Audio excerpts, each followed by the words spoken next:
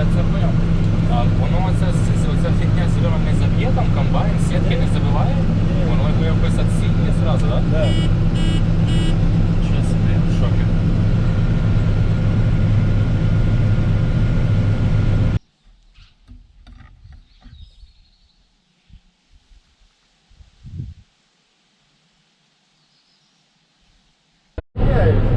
От вчора в мене був у малого сина випускной 11 клас.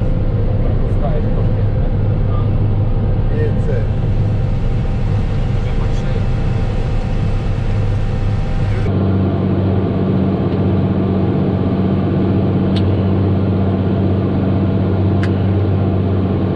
Сам косив. Сам писав. Ну, я до двох косив.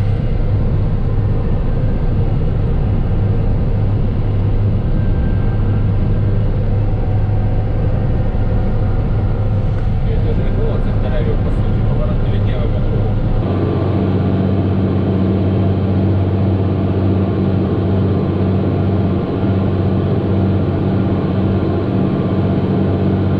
Садили, Да.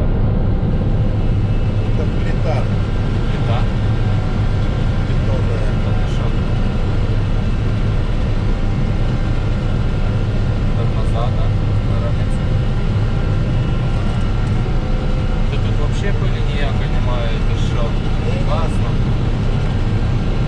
Це не то, що ті комбайни Нева, а там люди вмирали, мабуть, на тих комбайнах прям. Я тобі скажу більше, раніше жири такої не було, як зараз. Це теж правда. Люди кажуть, що раніше не було такого як зараз.